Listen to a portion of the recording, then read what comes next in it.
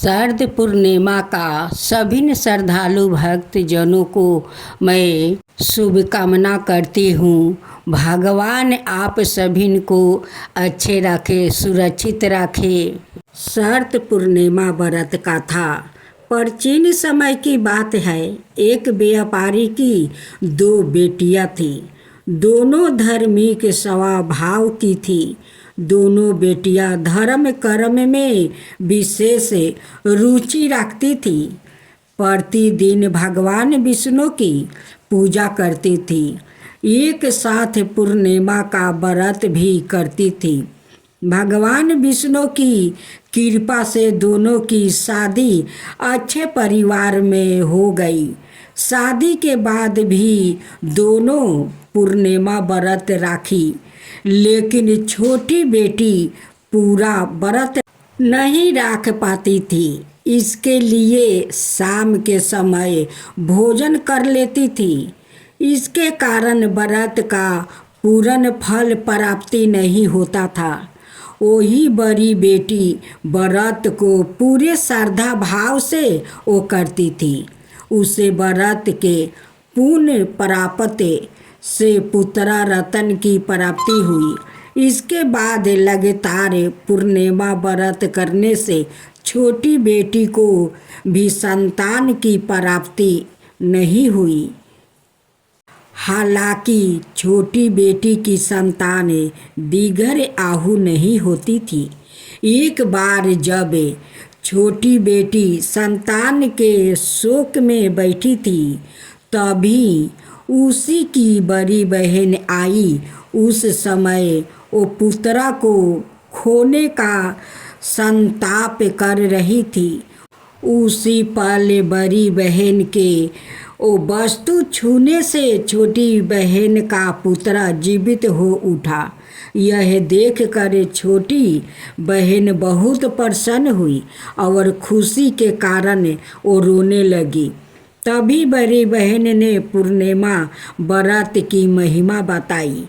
उस समय छोटी बहन ने पूर्णिमा व्रत को विधि विधान के साथ किया। अनाए लोगों को भी व्रत करने की सलाह दी। शरद पूर्णिमा व्रत करने से कुंडली में चंद्रमा की स्थिति मौजूद होती है। चंद्रमा के मौजूद होने से जगत को कार्य में सफलता हासिल होती है।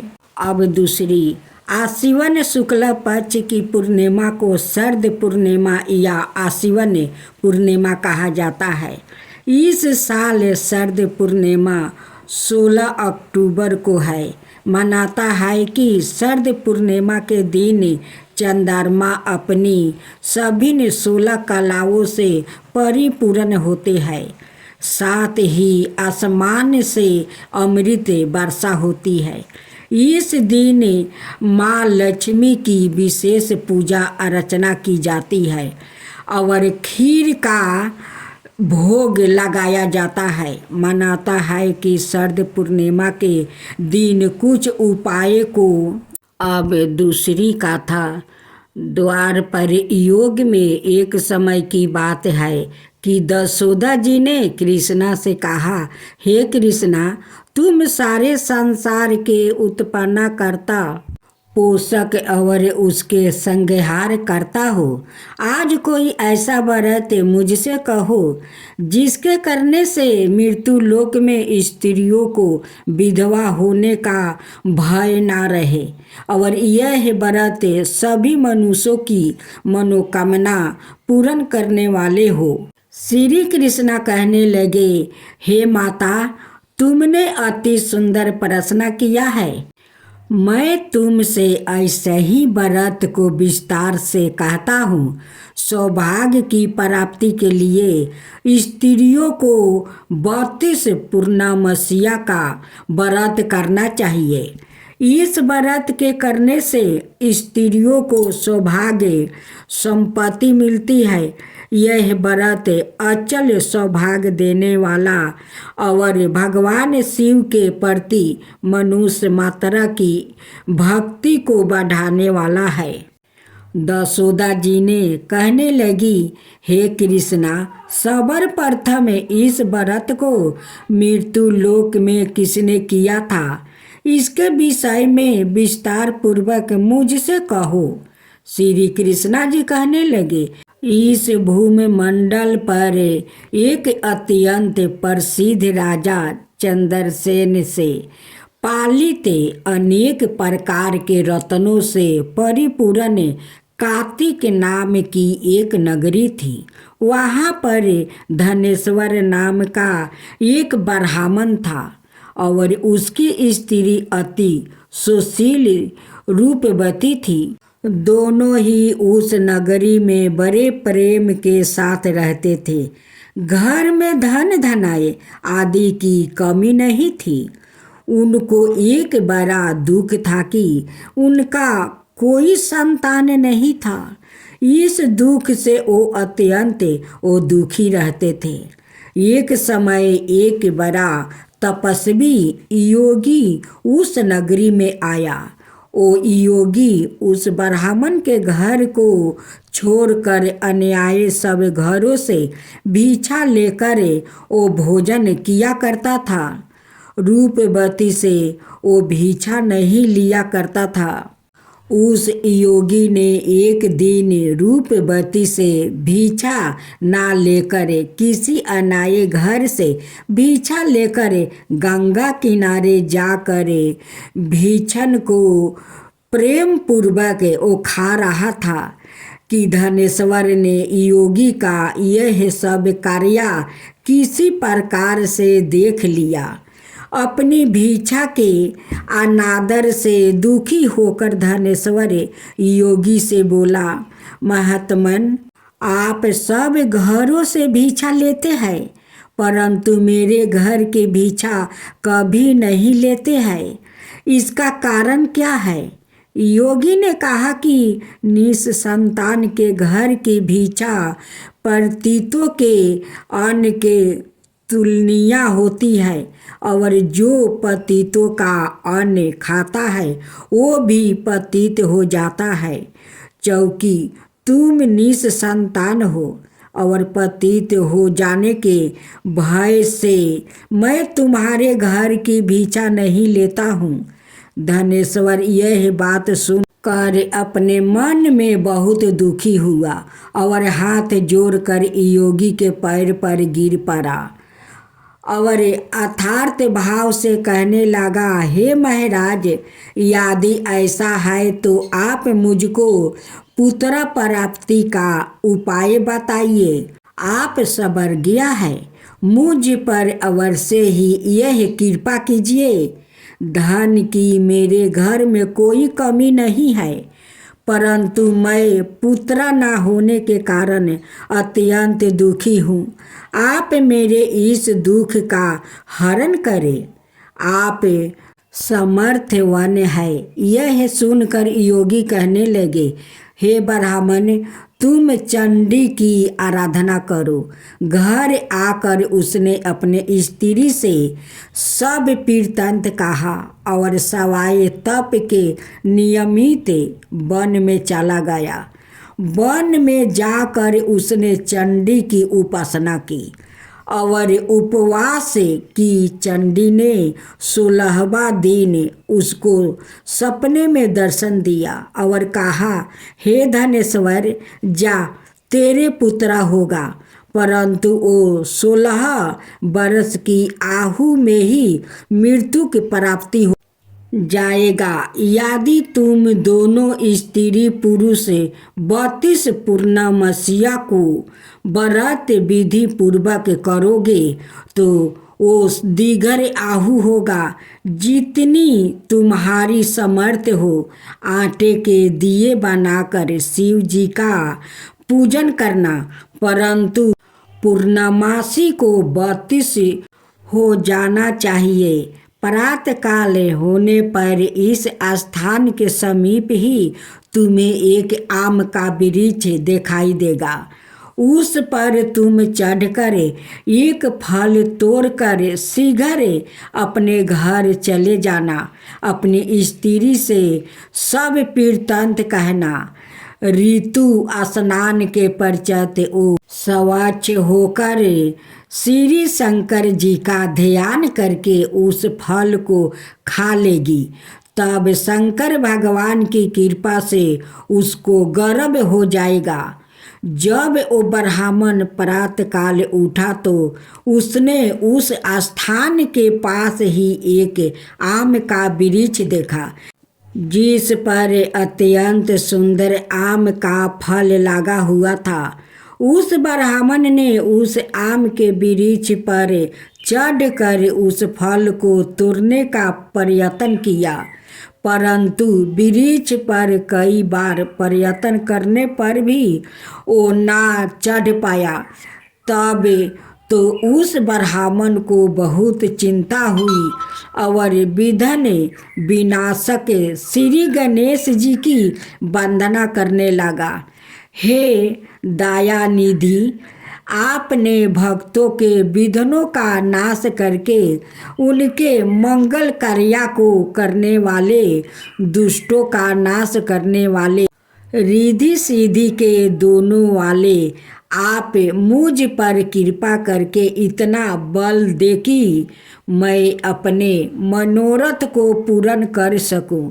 इस प्रकार गणेश जी की प्रार्थना करने पर उनकी कृपा से धनेश्वर वृक्ष पर चढ़ गया और उसने एक अति सुंदर आम का फल देखा। उसने विचार किया कि जो वरदान से फल मिला था वो यह है कि और कोई फल दिखाई नहीं देता। उस धनेश्वर ब्राह्मण ने जल्दी से उस फल को तोड़कर अपनी स्त्री को लाकर दे दिया और उसकी स्त्री ने अपने पति के कथन अनुसार उस फल को खा लिया और गर्भवती हो गई। देवी जी की असीम कृपा से उससे एक अत्यंत सुंदर पुत्र उत्पन्न हुआ, जिसका नाम उन्होंने देवी दास रखा। माता पिता के हर्ष और शोक के साथ वो बालक शुक्ल पक्ष के चंद्रमा की भांति अपने पिता के घर में बढ़ने लगा। भवानी की कृपा से वो बालक बहुत ही सुंदर, सुशील और विद्या पढ़ने में बहुत ही निपुण हो गया। दुर्गा जी की आज्ञा अनुसार उसकी माता ने 32 पूर्णमासी का व्रत रखना आरंभ कर दिया था, जिससे उसका पुत्र बड़ी आहु वाला हो जाए। 16वां बरस लगते ही देवी दास के माता पिता को बड़ी चिंता हो गई कि कहीं उनके पुत्र की इस बरस मृत्यु न हो जाए। इसलिए उन्होंने अपने मन में विचार किया कि यदि यह दुर्घटना उनके सामने हो गई तो वो कैसे सहन कर सकेगा। अस्तुत उन्होंने देवी दास के मामा को बुलाया और कहा कि हमारी इच्छा है कि देवी दास 1 बरस तक काशी में जाकर विद्या ध्यान करे और उसको अकेला भी नहीं छोड़ना चाहिए। इसलिए साथ में तुम चले जाओ और 1 बरस के पश्चात इसको वापस लौटा लाना। सब प्रबंध करके उसके माता पिता ने काशी जाने के लिए देवी दास को एक घोड़े पर बैठाकर उसके मामा को उसके साथ कर दिया, किंतु यह बात उसके मामा यह किसी और से नहीं कही। धनेश्वर ने सपत्नी के अपने पुत्रा की मंगल कामना और दीर्घ आयु के लिए भगवती दुर्गा की आराधना और पूर्णमासियों का व्रत करना आरंभ कर दिया। इस प्रकार बराबर 32 पूर्णमासी का व्रत पूरा किया।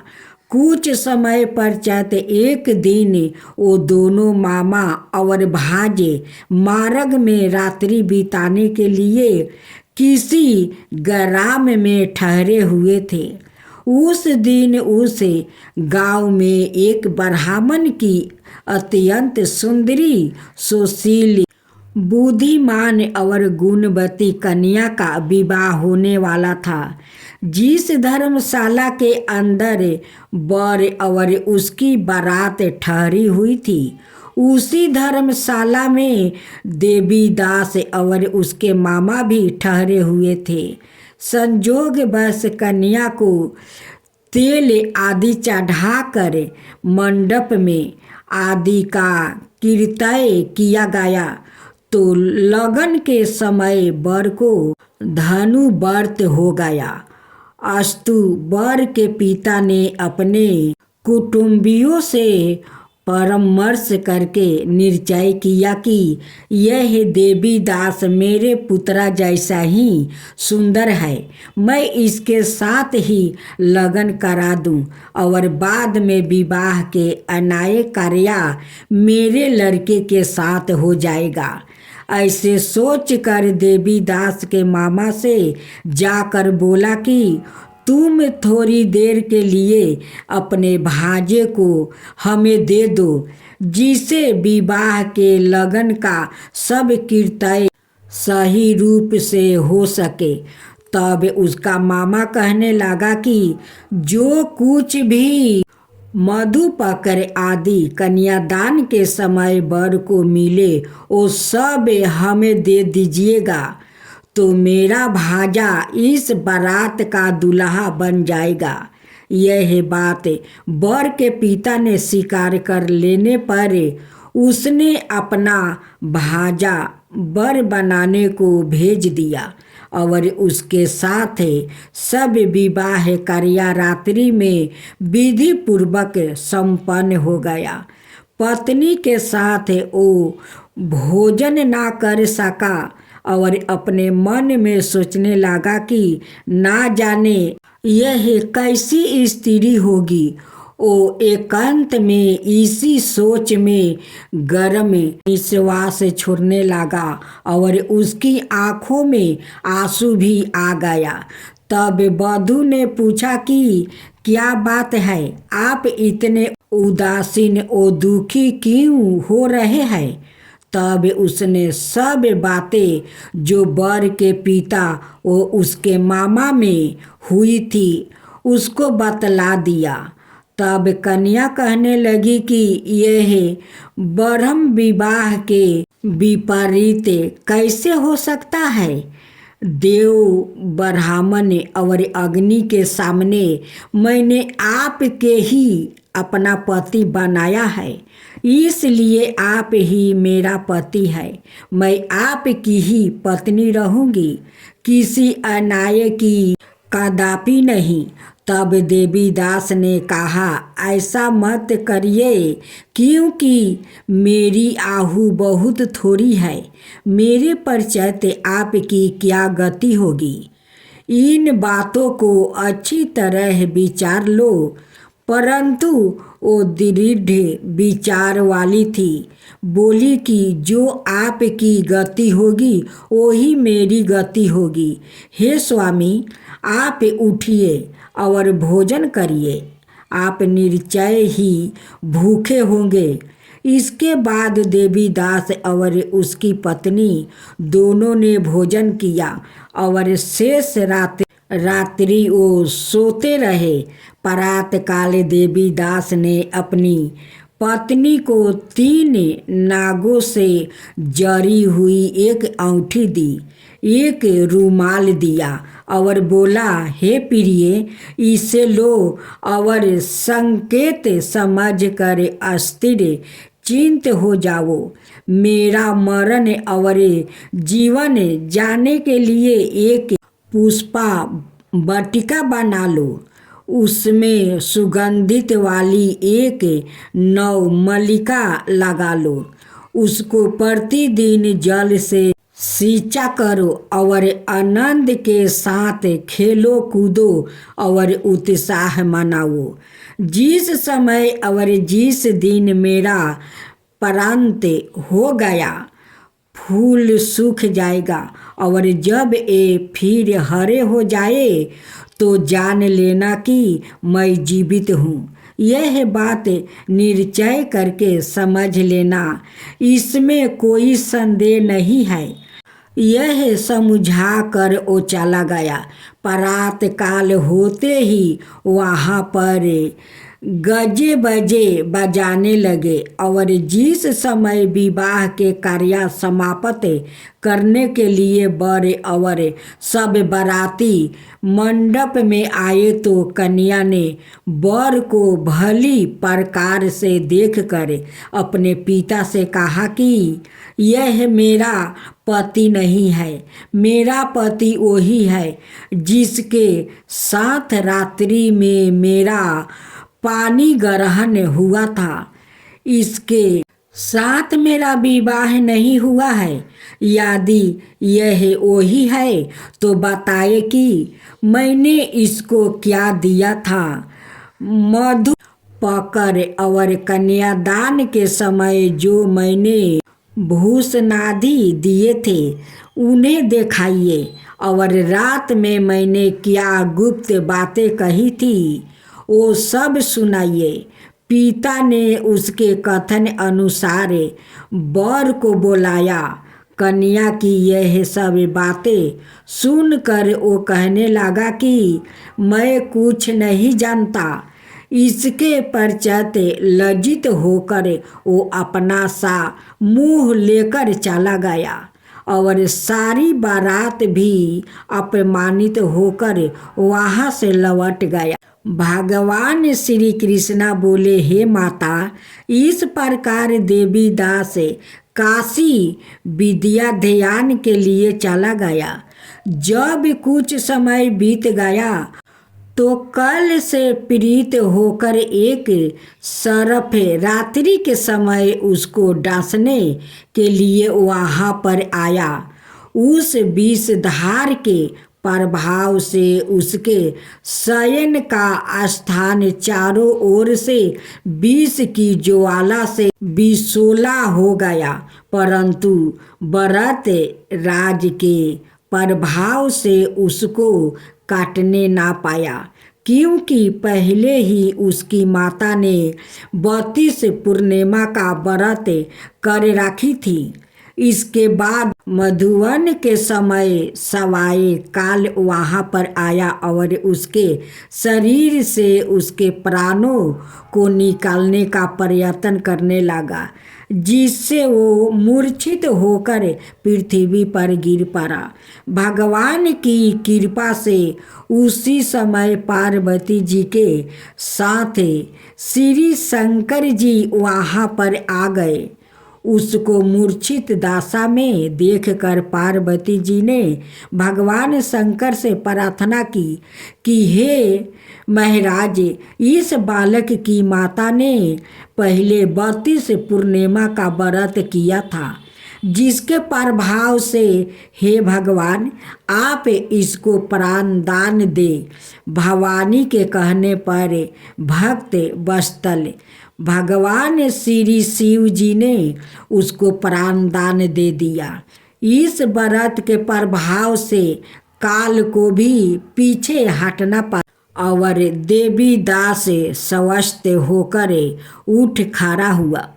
उधर उसकी स्त्री उसके काल की प्रतीक्षा किया करती थी। जब उसने देखा कि उस पुष्पा वाटिका में पत्र पुष्पा कुछ भी नहीं रहे तो उसको अत्यंत आश्चर्य हुआ, और जब वो वैसे ही हरी भरी हो गई तो वो जान गई कि वो जीवित हो गया है। यह देखकर वो बहुत प्रसन्न मन से अपने पिता के कहने लगी कि पिताजी, मेरे पति जीवित है, आप उन्हें ढूंढिए। जब 16वां बरस व्यतीत हो गया तो देवी दास भी अपने मामा के साथ काशी से चल दिया। इधर उसे श्वासुर उसको ढूंढने के लिए अपने घर से जाने वाला ही थे कि वो दोनों मामा भांजे वहाँ पर आ गया। उसको आए देख कर उसका ईश्वासुर बड़ी प्रसन्नता के साथ अपने घर में ले आया। उस समय नगर के निवासी भी वहाँ इकट्ठा हो गए और सबने निश्चित किया कि अवश्य ही इसी बालक के साथ इस कन्या का विवाह हुआ था। इस बालक को जब कन्या ने देखा तो पहचान लिया और कहा कि यह तो वही है जो संकेत करके गाया था। तदुपरांत सभी कहने लगे कि भला हुआ जो यह आ गया, और सब नगरवासियों ने आनंद मनाया।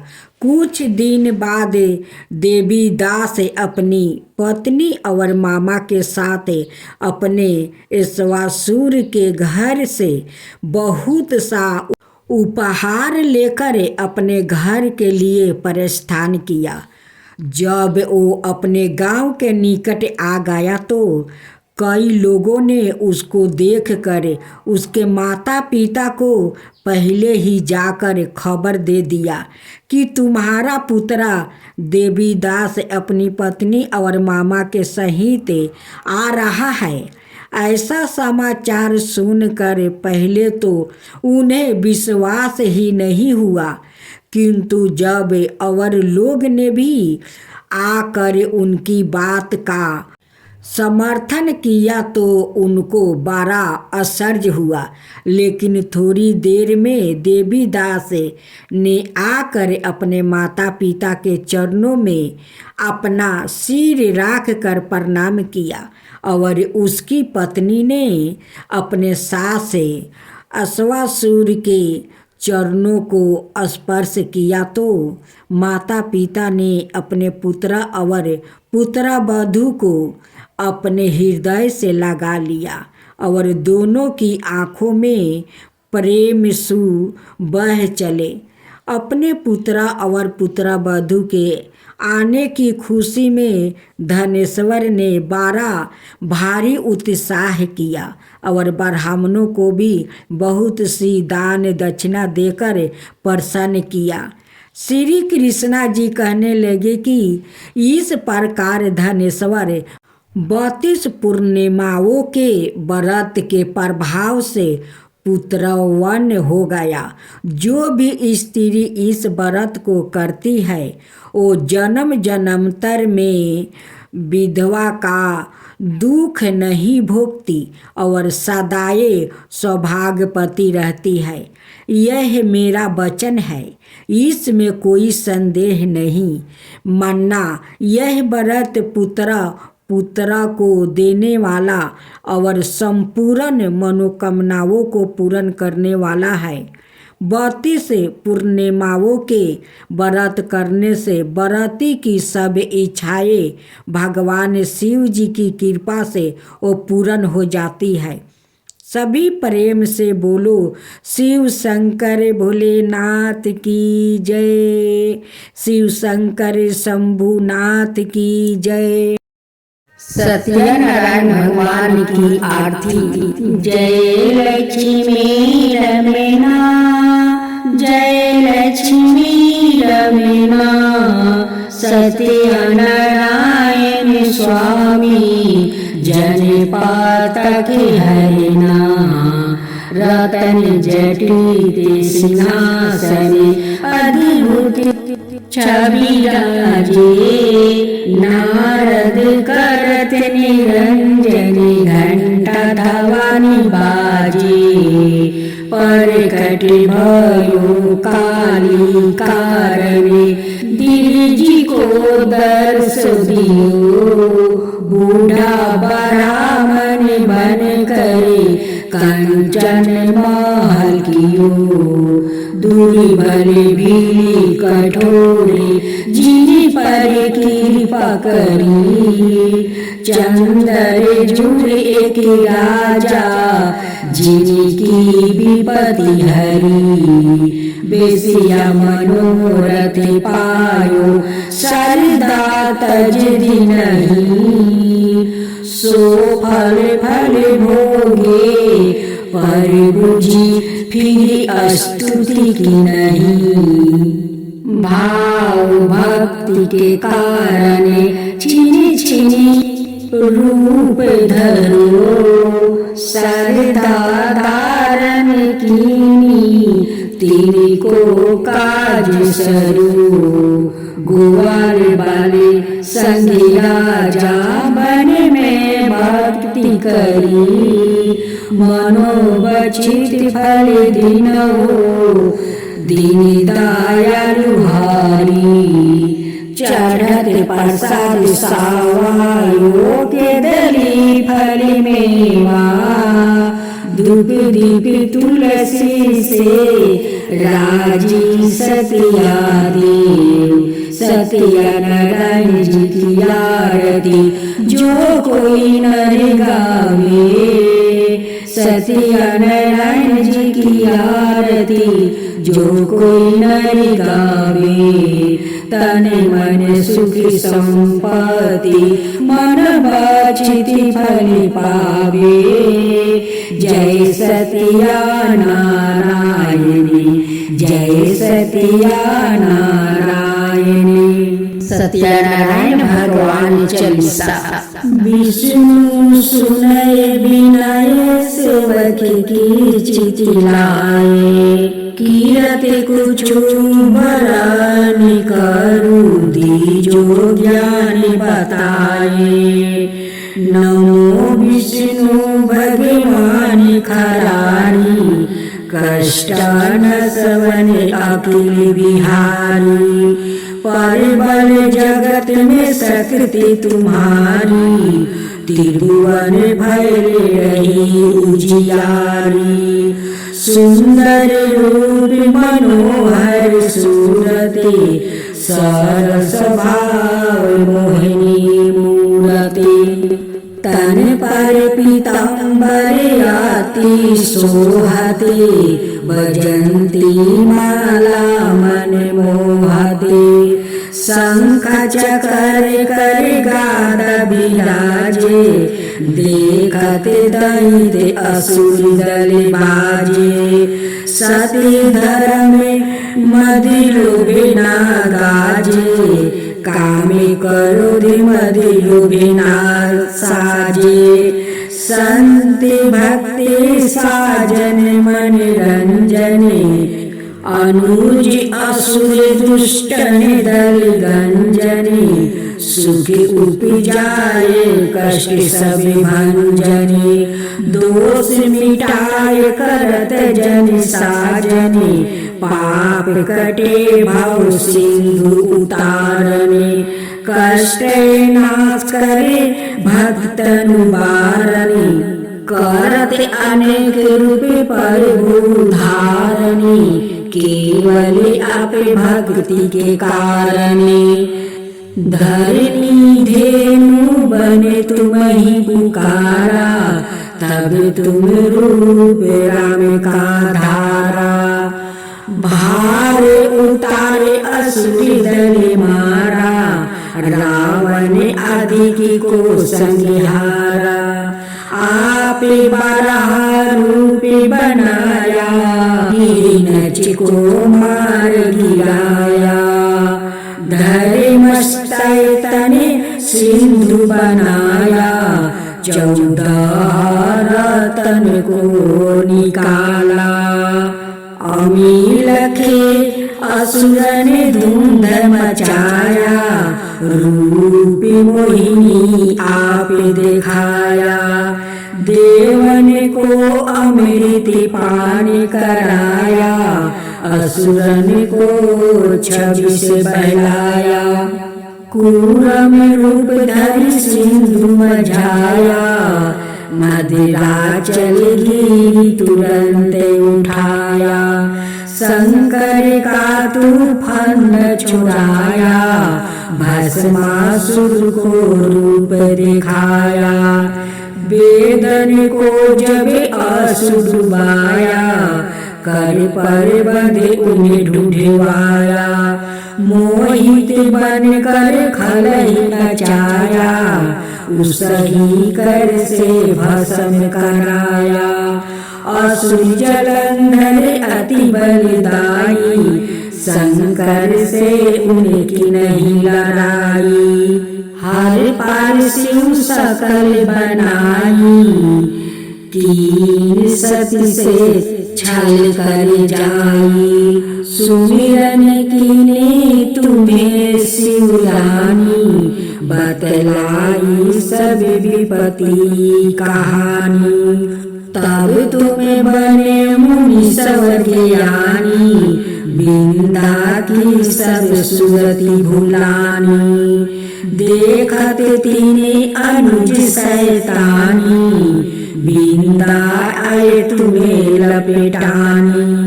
हो स्पर्श धर्म छाती मानी, हानि असुर उर शिव शैतानी।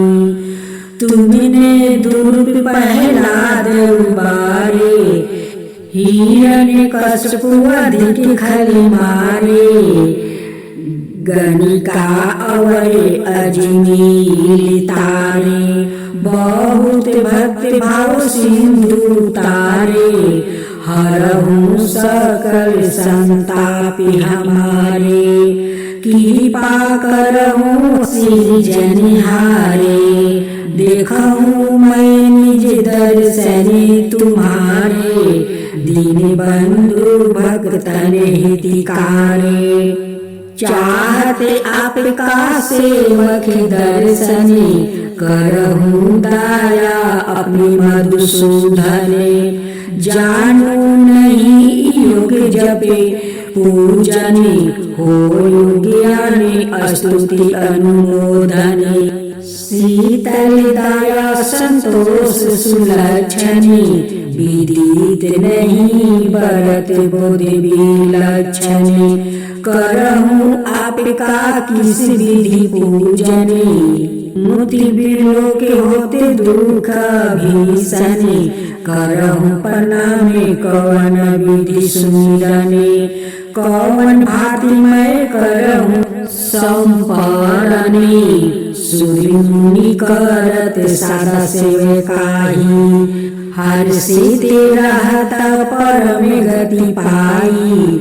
दीन दुखियन पर सादा सहाई, निज जन जाने लेओ अपनाई। पापी दोष संतापि नसाओ, भाव बंधन से मुक्ति कराओ। सुख संपत्ति दे सुख उपजाओ, निज चरण का दास बनाओ।